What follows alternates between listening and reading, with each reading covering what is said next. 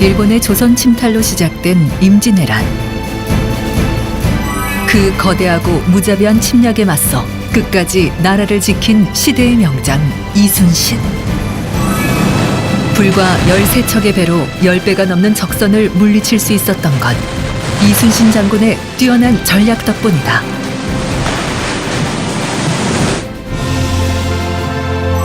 열세의 병력으로도 적군을 꼼짝 못하게 만든 창의적인 비장의 전술 하객진. 이 또한 이순신이기에 가능했다. 임진왜란 7년 동안 자신이 지휘하는 모든 전투에서 승리한 백전백승의 신화 뒤엔 목숨을 건 치열한 승부의 역사가 숨어 있다. 이길 줄 아는 바다의 승부사. 그의 전략은 무엇일까? 여러분 안녕하세요. 현장 탐방 기류의 우리 역사 주혜경입니다. 이순신은 용맹한 장수이자 전쟁에서 이길 줄 아는 뛰어난 전략가였습니다. 그의 전술은 지금도 미국과 영국, 일본의 해군서관학교 교재에도 실릴 만큼 최고의 전략으로 평가받고 있는데요. 백전백승, 불패의 신하로 손꼽히는 이순신의 뛰어난 전략. 지금부터 만나보시죠.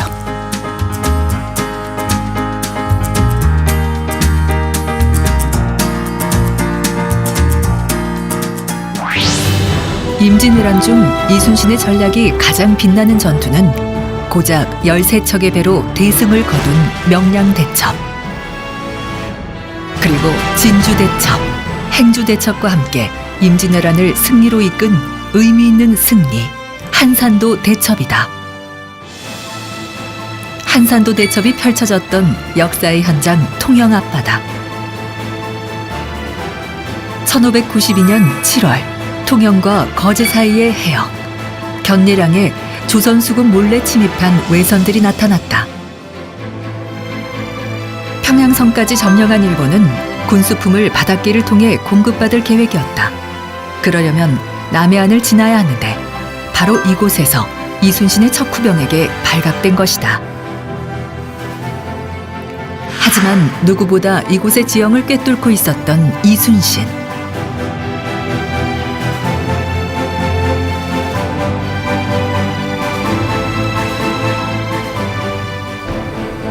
그래서 그는 왜군을 탁 트인 한산도 앞바다로 유인해 하객진을 통해 공격을 감행한다. 이로써 70여 척의 외선 대부분을 격침하거나 납포하면서 역사에 남을 대승을 거둔다. 무엇보다 육지에서 조선 점령을 눈앞에 두고 있었던 일본은 큰 타격을 입는다. 조선을 넘어 명을 정벌하려는 계획까지 무산시킨 건 한산도 대첩의 승리 덕분이다.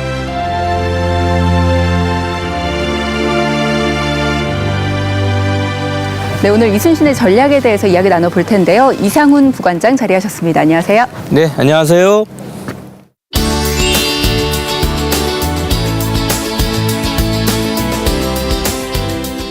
한산도는 대첩이라고 불릴 만큼 네. 큰 싸움이었다고 하던데요. 네, 보통 대첩이라는 싸움의 이름이 붙는 것은 단지 그냥 싸워서 크게 이긴 것만이 아니고 네. 전략적으로 중요한 싸움이라는 뜻이거든요. 이 한산대첩 같은 경우는 특히 이제 옥포해전 그리고 당포해전에서 우리가 이제 이기기 때문에 도요토미 히데요시가 직접 명령을 내립니다. 일본의 주력 수군으로 하여금 이순신의 준동을 막아라 이렇게 엄명을 내립니다. 그래서 네. 저쪽 북쪽까지 올라가 있던 네. 일본의 수군 장수들이 직접 내려오게 되죠. 그러니까 일본의 주력 수군과 여기가 맞부딪히게 되는 것입니다. 그렇게 싸운 것이 바로 이 한산해전이고 네. 한산대첩입니다. 어떤 전략을 통해서 승리를 거뒀는지 이제 정리를 해보도록 하겠습니다. 네. 가서 직접 보면서 이야기를 나눠볼까요? 그렇게 할까요? 네, 가시죠. 네, 가시죠. 이순신과 특별한 인연을 갖고 있어 장군의 섬이라 불리는 섬. 한산도에 닿기 위해선 통영에서 배를 타고 가야 한다. 시원한 바다를 가르며 뱃길을 달리기 시작한 지 20분. 이순신의 대승을 눈앞에서 바라본 섬 한산도에 도착한다. 그렇다면 한산도 대첩에 숨어있는 이순신의 전략은 무엇일까? 사실 이순신이 외선을 이곳 한산도 쪽으로 유인한 데엔 이유가 있다. 섬은 마치 개구리를 닮은 모양인데 특히 앞다리 2개가 만드는 해역은 적군과 대치하기 좋은 전략적인 공간이다. 그 한산도 앞에서 대첩이 일어난다. 우리의 뒤쪽이 이제 저쪽이 이제 거제도 방향입니다. 그래서 거제도에서 일본군들을 몇 척을 보내서 이제 살살 이렇게 그 유인을 해와서 쭉 이렇게 쭉 후퇴를 하다가 바로 이 섬의 오른쪽에 이제 개구리 앞다리처럼 보이는 이 바깥쪽이 넓게 보이는 그곳에서 이제 한산 해전을 치르게 됩니다. 지금 여기 이 넓은 바다에서 바로 앞쪽에 보이는. 이순신은 먼저 소수의 판옥선으로 적군의 선봉에 접근해 공격을 시도한다. 이때 일본 함대가 반격을 하면서 뒤쫓기 시작하면 후퇴하는 척하면서 외선들을 바깥으로 유인하는데 당시 조선 수군의 전력을 과소평가한 왜군의 장수는 이런 이순신의 전략을 전혀 눈치채지 못한다. 좁은 물길을 빠져나오자마자 미리 매복하고 있던 조선 수군이 전열을 갖추기 시작한다. 배를 학의 날개 모양으로 펼치고 총공세를 펼치는 전술. 이것이 학익진의 핵심 전략이다.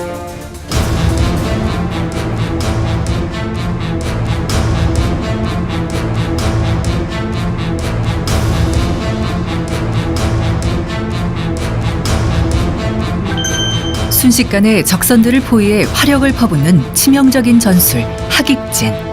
이순신의 창의성이 빚어낸 결과물이었다. 일본군들의 배를 가라앉히고 한산 대첩 때 이제 마지막에 일본군을 이제 여기가 무인도였기 때문에 그쪽으로 밀어 넣은 거죠.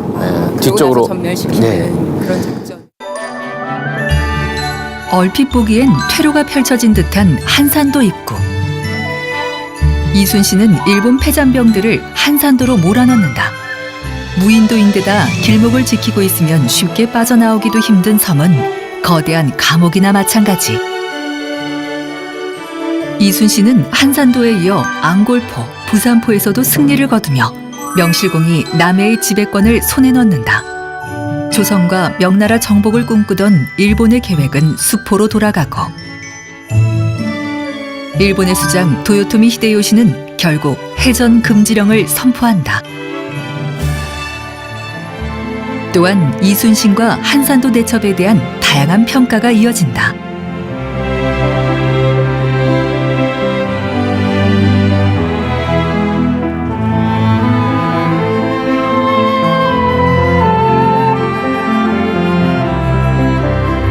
전투가 끝난 후 이순신은 한산도를 조선 수군의 중심으로 삼는다. 이곳에 경상, 전라, 충청도의 수군을 모두 지휘하는 총사령부, 삼도수군 통제영을 설치한 것이다. 한산도 가는 길에 만날 수 있는 곳들이 있다. 이순신이 갑옷을 벗고 땀을 씻었다는 해갑도, 화살용 대나무를 키웠다는 죽도 역시 이순신 장군의 숨결이 남아있는 유서 깊은 명소다. 또한 동쪽을 향하고 있는 거북등대는 오늘도 한산도 가는 길을 밝혀주고 있다. 이곳 한산도에선 어떤 특별한 역사를 만날 수 있을까?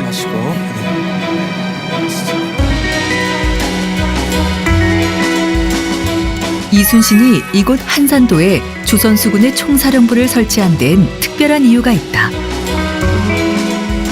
재흥당은 이제 삼도수군 통제사가 될 그 무렵에 이순신은 이제 전라도에서부터 와가지고 여기가 전쟁터는 여긴데 출동하는 데만 이틀씩 막 걸리고 그러니까 굉장히 그 일본군하고 대적하기가 굉장히 힘든 거죠. 그렇죠. 먼 데서부터 와야 되니까. 그래서 전진 기지가 필요하다 이렇게 생각을 하고 거제도가 있으면 거제도의 안쪽 그리고 뒤쪽 밑으로 해서 바깥쪽 이 양쪽으로 못 올 수 있는 이곳에다 이제 그 본부를 세울 생각을 하죠.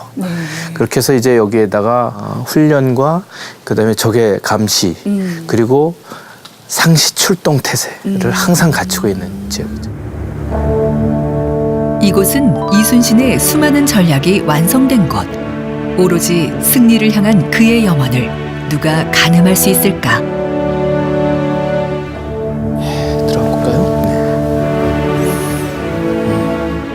사람 키만 네, 엄청나게 크죠. 네, 그래서 이곳에는 그 터만 있고 네.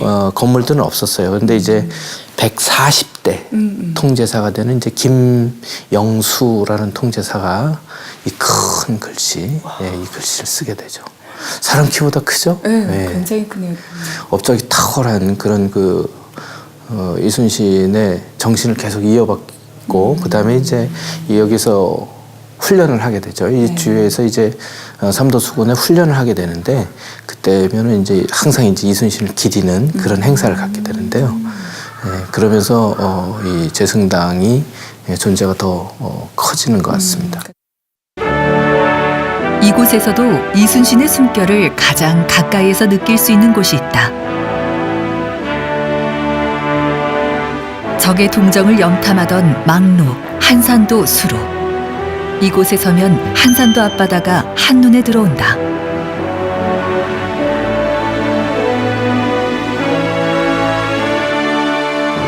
막중한 책임감을 안고 나라의 앞날을 걱정하던 조선의 장수. 그 고독한 심정이 그가 지은 시조에도 고스란히 담겨 있다.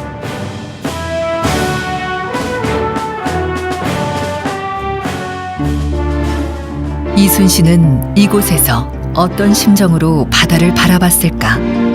나라를 아끼는 충신의 마음이 지금도 바다로 향하고 있다.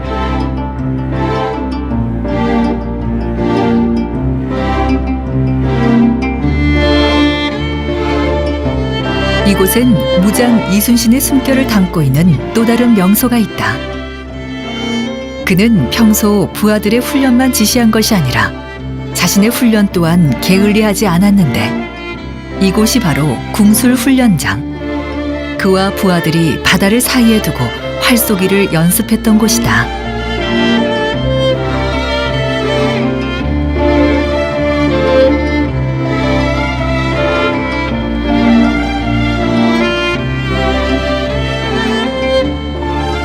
바로 여기가 이제 한산정인데 이순신 장군이 본인과 부하들의 이제 그 궁술 훈련을 하던 곳이죠.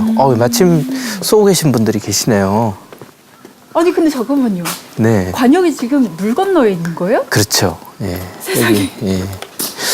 저게 맞아요? 예, 이순신 장군이 다양한 방법으로 이제 군사 훈련을 하게 되는데 바다에서의 거리 감각은 육지하고 또 다르죠. 그래서 바다에서 적선을 목표로 해가지고 활을 쏠 수 있는 그런 연습을 위해서 일부러 바다를 지나서 그 먼 곳에다 이제 그 관역을 두고 이렇게 쏘게 됩니다. 오늘 쓰시는 분들이 굉장히 잘 쓰신데. 안녕하세요. 전국에 이런 데가 또 있나요? 전국에는 할 때가 이런 곳은 이곳 한 곳밖에 없습니다. 한산도. 대단한 것 같아요. 네. 아니 그럼 물 건너로 이렇게 활을 쏘면 맞나요? 다른 데하고 이제 거리감이 어떤가요? 그냥 육지에 있을 때하고. 육지보다도 거리감은 조금 더 멀다는 느낌은 네. 많이 듭니다. 네. 그렇구나. 배들과 전력을 숨길 수 있는 천혜의 요새에서 이순신이 훈련을 하며 지낸 건 4년 남짓. 이곳에서 전열을 가다듬고 새로 무장한 조선 수군은 백전백승, 위대한 승리의 역사를 쓰기 시작한다.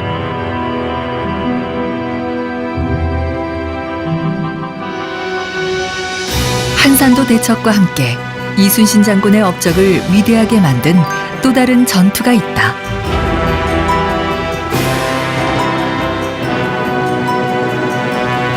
울돌목은 전라남도 해남과 진도 간의 좁은 해역. 1597년 9월 이곳에 외선이 나타난다. 물살이 거세기로 소문난 이곳. 바다의 폭은 300m가 채 되지 않고 유속은 동양 최대 수준. 울돌목은 말 그대로 바다가 소용돌이쳐 운다는 뜻인데 그 이름의 한자 표기가 바로 명량이다. 이순신은 이곳에서 자신의 운명을 건다. 한 명이 좁은 길을 막으면 1000명이 와도 두렵지 않다. 일자진을 치고 좁은 해협을 빠져나오는 외선을 차례대로 격파하는 것이 이순신이 공략한 전략이다. 다가오는 적들을 향해 평소에 훈련한 대로 일사불란하게 전열을 갖추는 조선수군.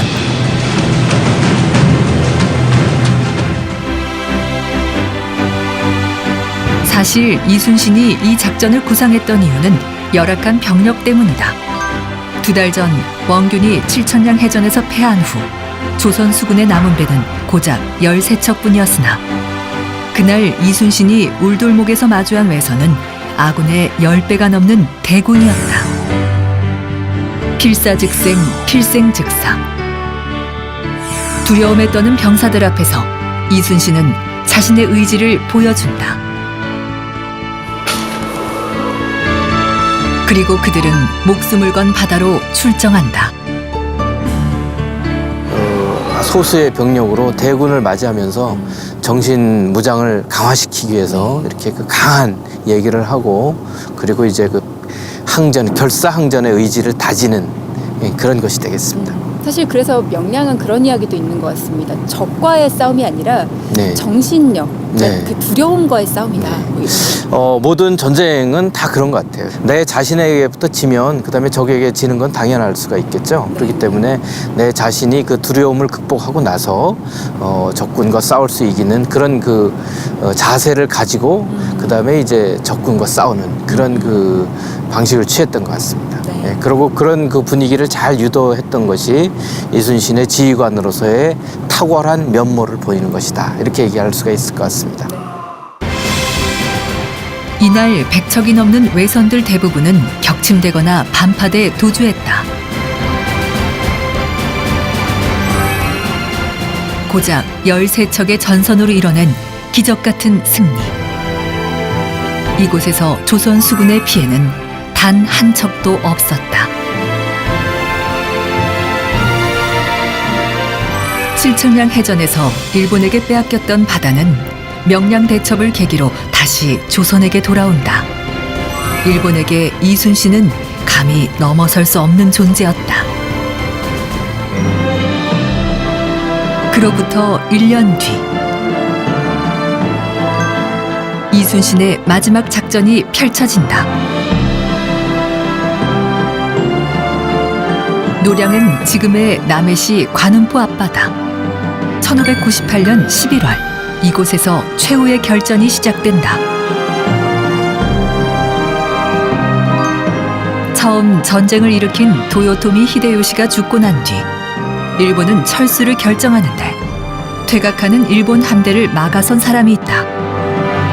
이순신은 지난 7년 동안 조선의 땅과 백성을 유린한 일본을 순순히 돌려보낼 수 없었다. 여기가 이순신 장군의 최후 격전지이면서 네.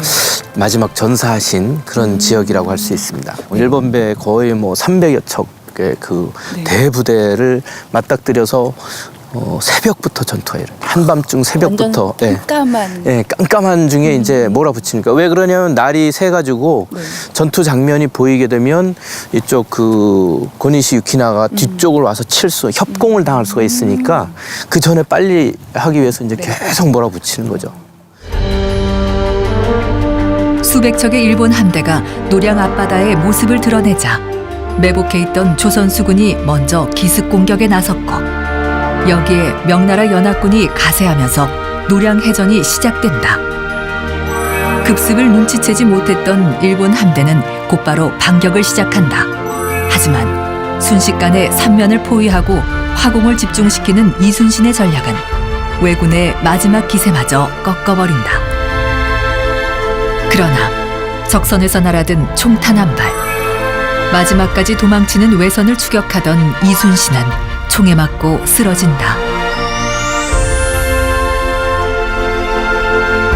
하지만 이를 몰랐던 병사들은 남은 적들을 소탕하며 더 맹렬한 공격을 이어간다. 노량해전은 이순신이 남긴 마지막 대승의 기록이다.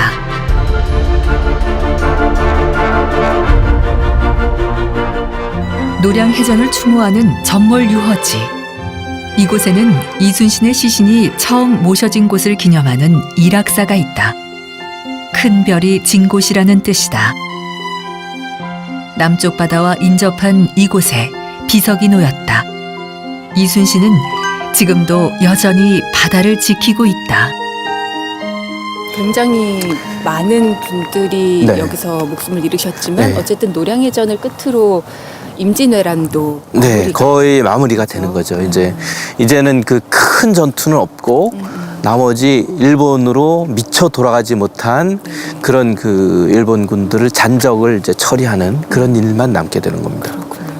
지금의 우리가 그렇게 지켜낸 네. 이 나라를 어떻게 살고 있나 뭐 이런 생각도 문득 들면서 네. 반성도 좀 하게 되고 네. 좀 잘 지켜내야겠구나 우리도 네. 생각이 많이 드네요. 항상 역사라는 것은 네. 과거의 일이기도 하지만 현재 많은 교훈을 준다고 생각을 합니다. 그래서 이런 그 선조들이 이 바다를 지켜내기 위해서 힘을 썼고 피를 흘렸고 자기의 몸을 바쳤던 그런 곳을 계속 지켜나가야 되고 그분들의 업적을 잘 되새겨야 될 오늘날이 아닌가 맞아요. 그런 생각이 듭니다. 네. 네.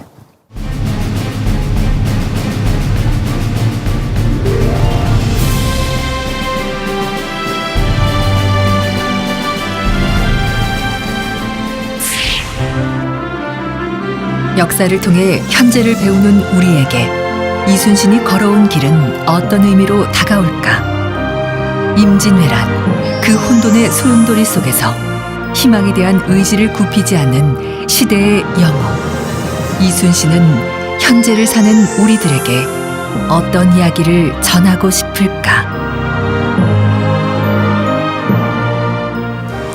이순신은 자신의 공적은 따로 기록하지 않았지만 전투에서 죽거나 다친 부하들의 이름은 상세히 기록했습니다. 그리고 거기에는 노비들의 이름도 빠지질 않았었죠. 누구도 기억하지 않는 이름까지 기록으로 남긴 이순신. 우리가 그의 이름을 이렇게 오래도록 기억하는 건 그가 불멸의 영웅이고 그리고 뛰어난 전략가였다는 이유도 있지만 그가 이렇게 훌륭한 지도자였기 때문은 아니었을까요?